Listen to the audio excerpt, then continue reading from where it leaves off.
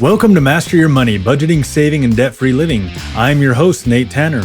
On this show, we use the Triggator triangle, budget, save, and pay off debt to help you build a spending plan that fits your life, grow your savings with purpose, and knock out debt with confidence. And today, we're talking about something that's part money, part mindset, and all about teamwork. How couples can move from financial tension to financial alignment. Because let's be honest, money can be one of the most emotionally charged topics in a relationship. One partner, they might love structure and spreadsheets. The other might prefer to keep things in their head and swipe based on vibes. One wants to save, the other wants to earn rewards. And when styles start to clash, it's not just about the numbers, it's about how those numbers make each person feel. But here's the good news. You don't need to be identical to be aligned. You just need a shared framework, a shared goal, and a shared rhythm. That's what this episode is all about. We're going to walk through how to reframe budgeting as a values-based spending plan that includes joy, not just bills. We'll talk about how to set one shared savings goal and automate it together so you're building momentum as a team. And we'll introduce the triangle for two, a way to align on budget, save, and pay off debt that respects both partners' styles and strengths. Here's a quick stat to kick things off. According to a 2025 study by the Financial Wellness Institute, 61% of couples say that money is their biggest source of stress, but only 27% have a shared financial plan. That's not a compatibility issue, that's a communication opportunity. So whether you're newly married, longtime partners, or just trying to get on the same financial page, this episode is your alignment equation. Because when your money flows with purpose and your partnership flows with clarity, your spending plan doesn't just work, it brings you closer. Let's get into it. Reframing budget as a shared spending plan with joy built in. Let's start with a moment that's familiar to a lot of couples. One partner says, "We need a budget," and the other suddenly feels like they're being grounded. Not because they don't care about money, but because budget sounds like restriction, like judgment, like someone's about to take away the fun and hand them a spreadsheet. But here's the reframe. You're not building a budget. You're building a spending plan.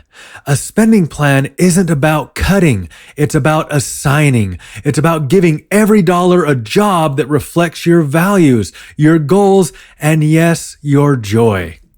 And when you build it together, it becomes a tool for connection, not control.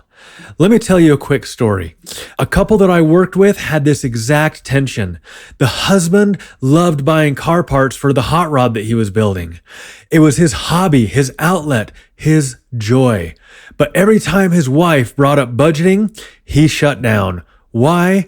Because in his mind, budget meant no more car parts. It felt like a tug of war between joy and restriction. So we reframed it. We built a spending plan that included essentials, savings, debt payments, and a hot rod parts fund. They agreed on a guilt-free amount each paycheck for that personal spending. No judgment, no questions, just clarity. And guess what? He got on board because now the plan wasn't about control, it was about alignment. Here's a quick stat to back this up. Going back to the Behavioral Finance Institute, they had a study that when couples included joy spending in their financial plan, they were 2.7 times more likely to stick to it long term. Why? Because it feels sustainable, it feels human, and it brings joy. So if you're in a relationship where one partner resists structure, let's start here. First, rename the budget. We're going to call it a spending plan because language does matter. Second, list your shared values. What matters most to both of you? Is it family, faith, travel, security? Third, assign dollars with those values. Think about the essentials, the savings, the debt payoff, and of course, the joy. Fourth, create a joy category. This is that guilt-free amount for each partner that they can spend on things that bring them joy without worry of judgment or guilt. Fifth, automate the essentials. You do this so that you're not constantly negotiating the basics.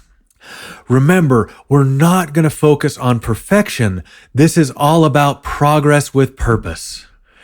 And here's a metaphor to carry with you. Imagine your spending plan like a playlist. You don't need to love every song, but you should both feel like the vibe fits your life. Some tracks are practical, some are emotional, and some are just fun. But together, they create harmony.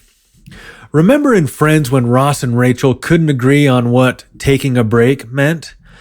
That's what happens when couples don't define their financial terms. One says budget, the other hears restriction. One says save, the other hears no fun. The fix, define the terms together, build the playlist together, and make sure that joy is part of the mix.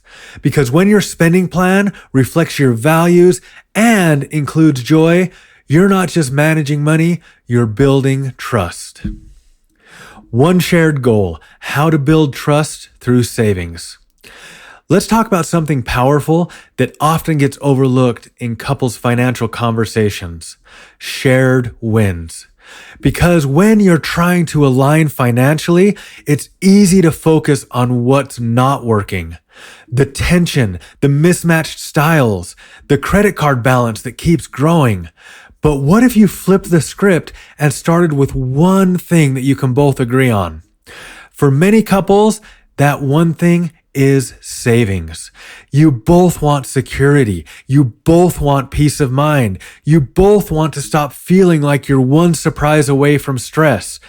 That is your starting point. That is your shared goal. And here's the strategy. Pick one savings goal, automate it, and celebrate it together. Start with something simple and achievable. Let's give an example of your emergency fund. First, figure out what step you're on. Are you on the $500 step, the $1,000 step? Choose that next rung in your emergency savings together. Don't just talk about it, assign it. Then open a separate savings account and give it a name that reflects your personality. One listener, they called this their wee-woo fund. Kind of like the sound of a siren, because that was for the emergencies. I had another couple that they called theirs the peace jar. Whatever makes you smile, go with it. Then set up direct deposits or automatic transfers. Make it invisible. Make it consistent. Make it a rhythm. Because here's the magic. When you watch that account grow together, you're not just building savings, you're building trust. You're proving to each other that you can set a goal, stick to it, and celebrate the win. And that win, it becomes the foundation for more alignment, more goals, and more teamwork. Here's a stat to back it up. According to a 2025 study by the Financial Health Network, couples who automate shared savings are 3.4 times more likely to report feeling financially in sync than those who don't. And if you've been listening for a while, you know that I'm a person of faith. And if you're a person of faith, this next part might resonate deeply. In Matthew 18:19, it says that if two of you shall agree on earth as touching anything that they shall ask, it shall be done for them. When two align with purpose, especially in prayer and intention, it unlocks divine support. That's not just spiritual encouragement. That's a reminder that alignment creates momentum. At Triggator, we love triangles. So here's a quick visual for you. Picture a triangle. At the top is your shared goal. You're on the bottom left corner of the triangle. Your partner is on the bottom right. As you both move up that line towards the goal at the top, the space between you shrinks. You get closer, more aligned. You move with purpose. Remember in Up when Carl and Ellie had a shared dream to visit Paradise Falls? They saved in a jar, celebrated small wins, and even when life got in the way, that shared goal kept them connected. Your savings goal can do the same. It's not just about the money, it's about the meaning. So here's your action plan. Set one shared goal, whether it's your emergency fund or looking at that alligator fund, for those non-monthly expenses that we've talked about so much, or something else that might be meaningful for both of you. Then name that account, make it personal, and make it fun. Make sure that you automate it using direct deposits or recurring transfers. Track that progress together and celebrate the milestones, maybe $100, $500, $1,000. And use those wins to set your next goal. Let that success build momentum. Because when you align on one goal, you're not just saving, you're sinking. And that sink, it's the heartbeat of a healthy financial partnership. The triangle for two, aligning on budget, save, and pay off debt. Let's bring this all together. You've reframed budgeting as a spending plan that includes joy. You've picked one shared savings goal and automated it. Now it's time to build a rhythm that lasts, a system that helps you stay aligned even when life gets messy. That's where the triangle for two comes in. At Triggator, we use the Triggator triangle, budget, save, and pay off debt, to help individuals lead their money with clarity. But when you're in a relationship, that triangle becomes a shared structure, a way to move together towards your goals while respecting the other's styles. Here's how to build your triangle for two. Budget together. Assign and don't control. Budgeting as a couple isn't about one person taking over. It's about assigning together.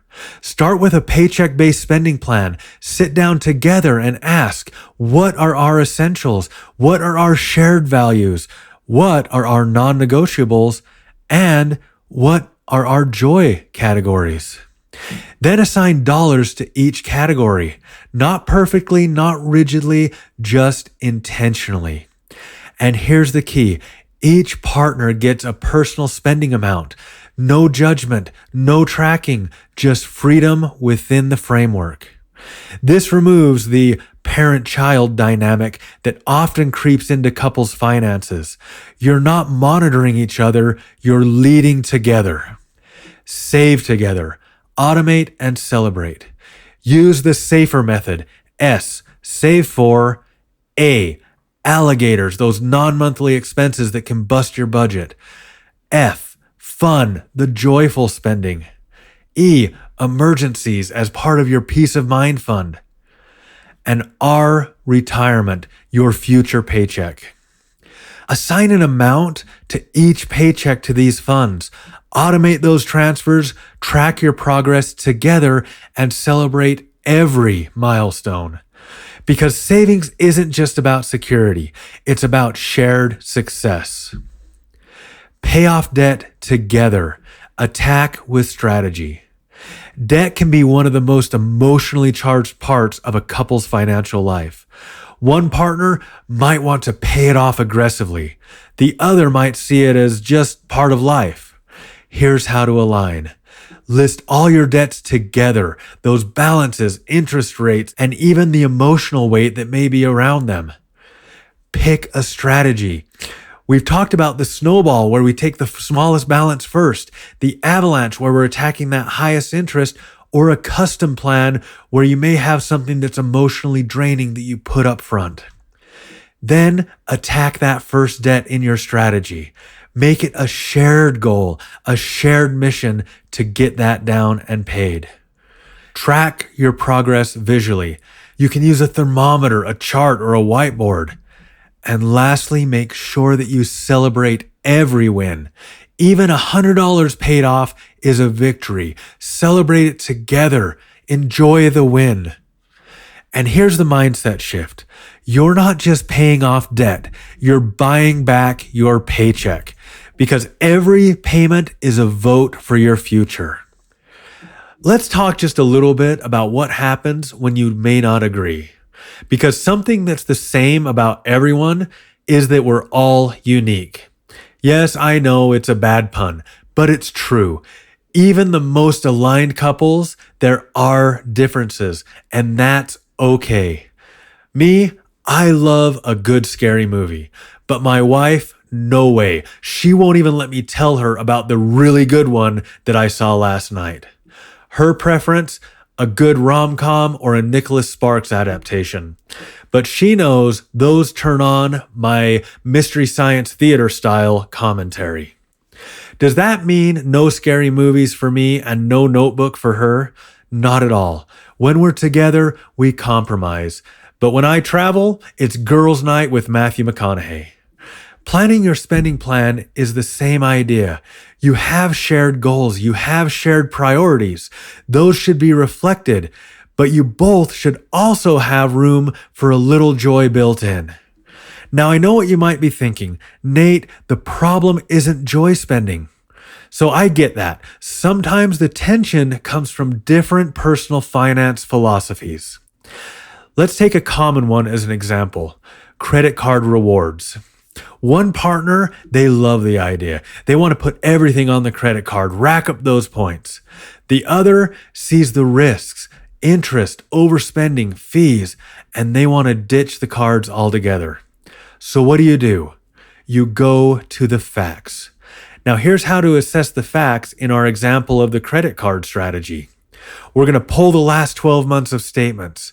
We're going to calculate the actual rewards earned. We're not going to estimate these. We're going to not say, well, I got a $2,000 flight if you still had to spend $1,000 to get it. That's a discount, not a reward. Then we're going to add up all the fees, the interest, annual fees, late charges, cash advance fees, anything paid to the credit card company. Now, the next one is one of the hardest things to do because it can get a little bit emotional. You want to categorize all of your credit card spending, assign it to categories and total them. Now, ask yourself, did the spending align with your values? Did the points encourage overspending? Then do the math. Take the rewards, the fees, and that non-value spending and find out the net benefit. If you're spending $1,500 a month on dining out and earning $30 in cash back, is that aligned with your values? Is the $30 worth the $1,500? This isn't about guilt, it's about clarity. And here's a final thought on conflict. Contention is the enemy of alignment. Once contention enters, progress becomes nearly impossible. So if the temperature starts to rise, stop and take a breath. If you can't align on your philosophies today, focus on what you can align on. Your shared goals, your values, your rhythm. As Major Payne once said, a squad that lives together wins together. Unity, that's the key word in unit without the Y.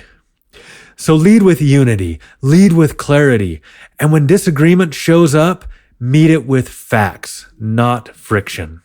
You made it to the end of the alignment equation, and if you're still here, you're not just listening, you're leading. In this episode, we walked through how to reframe budgeting as a values-based spending plan, how to align on one shared savings goal and automate it together, how to use the triangle for two to collaborate on budget, save, and pay off debt. And lastly, how to resolve financial disagreements with facts, not friction. Because here's the truth, alignment isn't about being the same.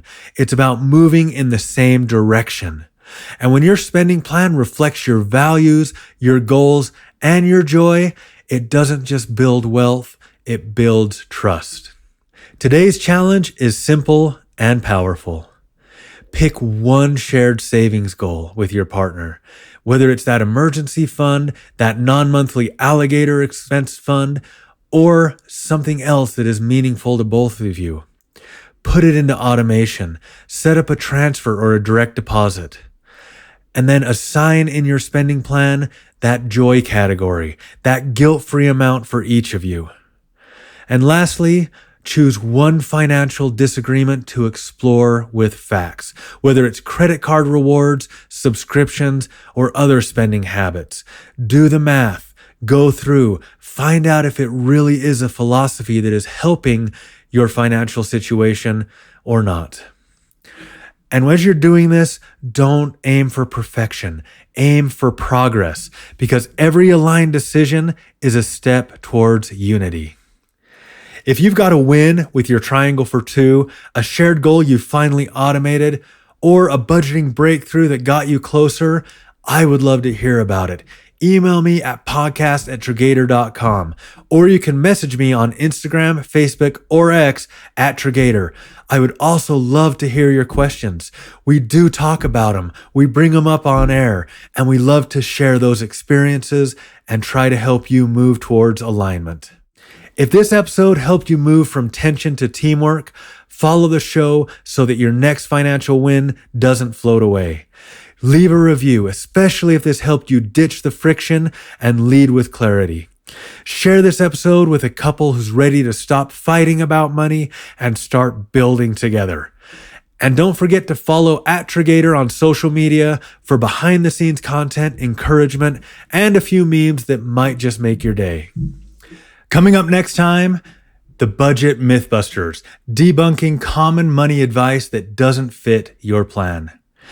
Ever been told to cut the lattes or just use zero-based budgeting and thought, that doesn't really work for me?